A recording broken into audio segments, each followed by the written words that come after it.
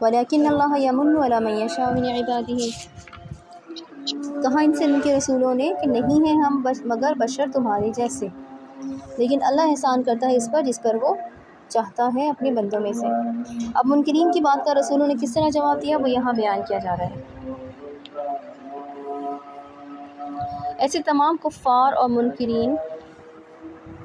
ان کے سامنے رسولوں نے ببانگ دہل فرمایا کہ ہاں بالکل ہم بندے بشری ہیں، ہم یعنی ہم جو ہیں وہ تمہارے سامنے ہیں، بس ہم پہ وحی آتی ہے اور یہ اللہ کا احسان ہے، یہ اللہ کی تقسیم ہے۔ اللہ جس کو چاہے ہدایت دے اور جس کو چاہے اس کو دوسروں کے لیے ہدایت کا وسیلہ بنانے کے لیے چن لے۔ لوگوں میں ہم نے کبھی نقص نہیں نکالنا، جو دنیا بھر میں اللہ کے دین کی تبلیغ کر رہے ہیں، کیونکہ اللہ نے ان کو چنا ہے نا، ان کی خامیوں اور کمزوریوں کو نظر انداز کر دیا کریں، کیونکہ اگر آپ ان کا نام جانتے ہیں اور ہزاروں لاکھوں لوگ ان سے دین سیکھ رہے ہیں تو اس کا مطلب ہے کہ اللہ نے ان کو عزت دی ہے، ٹھیک ہے۔ ہر اسکالر جو دین کو پھیلا رہا ہے اگر وہ کھلا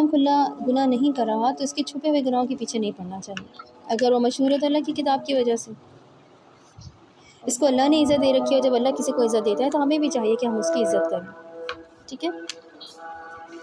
یہ اللہ کا احسان ہے، یہ اللہ کی اپنی تقسیم ہے کہ وہ جس کو یہ ٹیلنٹ دے اور جس کو نہ دے سو اس احسان کی عزت کرنی ہے۔ وَمَا كَانَ لَنَا أَن نَأْتِيَكُم بِسُلْطَانٍ إِلَّا بِإِذْنِ اللَّهِ، اور نہیں ہے ہمارے اختیار میں کہ لے آئیں ہم تمہارے پاس کوئی دلیل مگر اللہ کے اذن کے ساتھ۔ یہاں اشارہ ان منکر قوموں کی طرف ہے جو اپنے انبیاء سے بار بار معجزوں کی فرمائش کرتے تھے کہ بھئی دکھاؤ ہمیں کوئی معجزہ تاکہ ہم ایمان لے آئیں،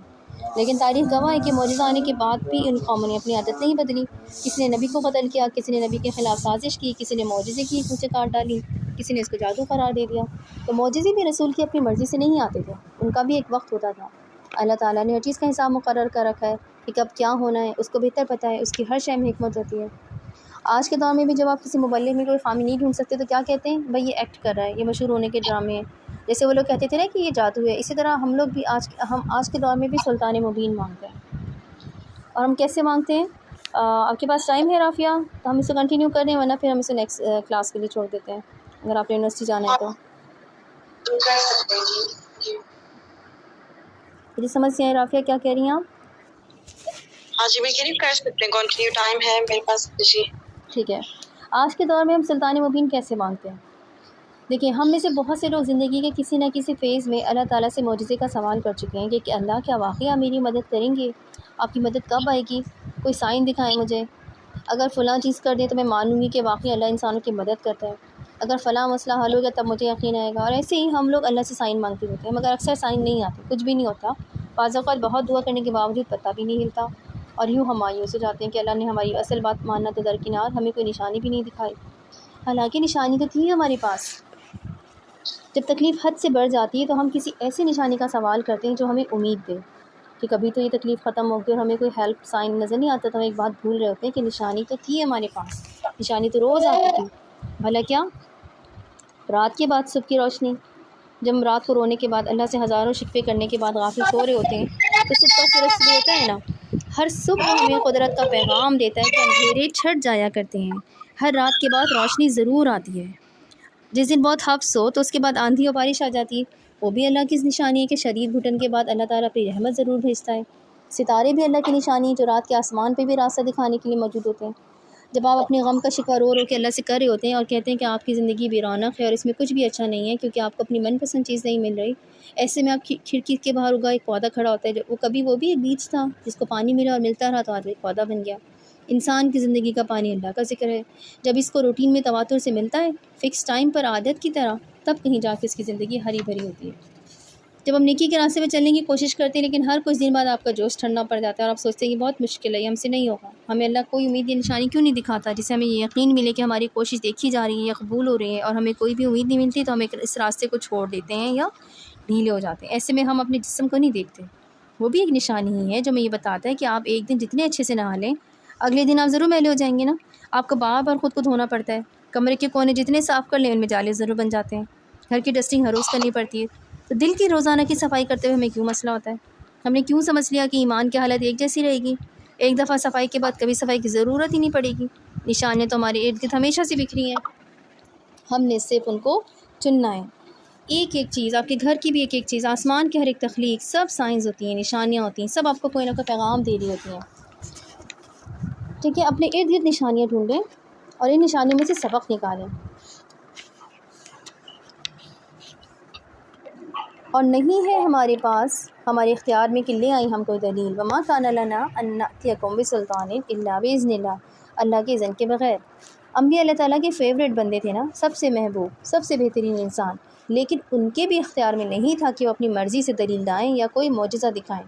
یا وحی کو منگوا سکیں۔ یہ سب اللہ کے اذن سے ہوتا تھا، اللہ کی مرضی ہوگی اور جس وقت اس کی مرضی ہوگی تب ہوگا۔ یہ سب معجزہ بھی اللہ کی اجازت سے کام کرتا تھا۔ ایسے ہی آپ کسی کو ہدایت نہیں دے سکتے۔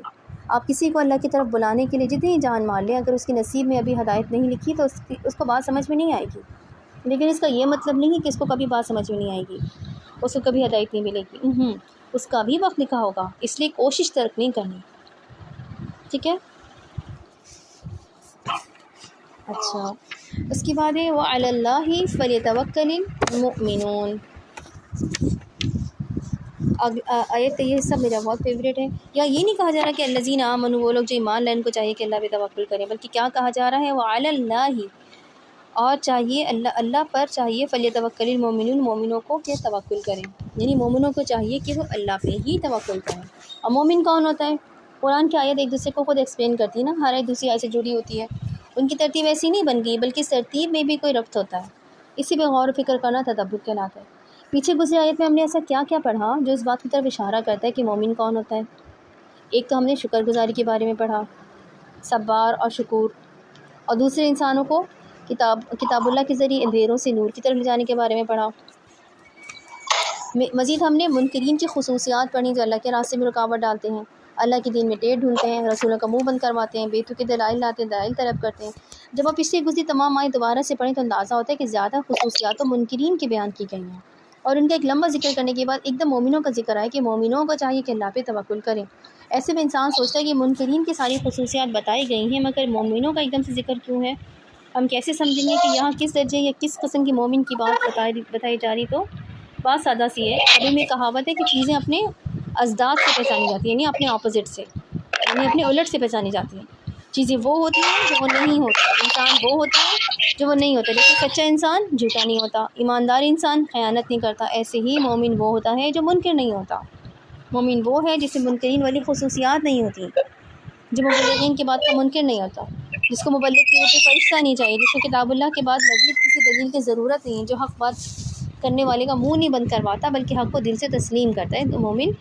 وہ ہوتا ہے جو اللہ کے کلام میں شک نہیں کرتا۔ اگر اللہ کی کتاب کہتی ہے کہ فرعون غرق ہو جاتے ہیں تو مومن وہ ہے جس کے دل کو یقین ہوتا ہے کہ اس کی زندگی کے فرعون بھی غرق ہو جائیں گے، اور اگر وہ اللہ کے راستے پہ چلے تو اس کے لیے بھی پانی کو کاٹ کے راستہ بنا دیا جائے گا۔ مومن وہ ہے جو اس بات کا یقین رکھتا ہے کہ اگر اللہ نے فرمایا ہے کہ رزق اس کے ہاتھ میں ہے تو پھر وہ اسی کے ہاتھ میں ہے۔ مومن اللہ کی کتاب میں شک نہیں کرتا، وہ اس کو پہلوں کی کہانیاں سمجھ کے خود سے ریلیٹ کرنے سے انکار نہیں کرتا۔ اگر اسی دین کی کوئی ایسی بات معلوم ہوتی ہے جس کے خلاف اس کے خاندان والوں کا عمل رہا ہے تب بھی وہ اپنے خاندان کا طریقہ چھوڑ کے اپنے دین کے مستند بات پہ عمل کرتا ہے، کیونکہ مومن کو اپنی انا یا ضد پیاری نہیں ہوتی، اس کو حق زیادہ عزیز ہوتا ہے، وہ حق کے لیے اپنی مرضی کو چھوڑ سکتا ہے۔ اور مومنوں کو چاہیے کہ وہ اللہ پہ ہی توکل رکھیں۔ توکل کا لفظ جو ہے نا یہ بہت ڈیٹیل میں ہے، اور اس کو ہم بہت ڈیٹیل سے پڑھیں گے، اور اس کے اندر بہت تفصیل ہے، اور اس کا ہمیں اچھے سے سمجھنا ہے کہ ہمارے اندر جو کمی ہے وہ توکل کی ہی ہے۔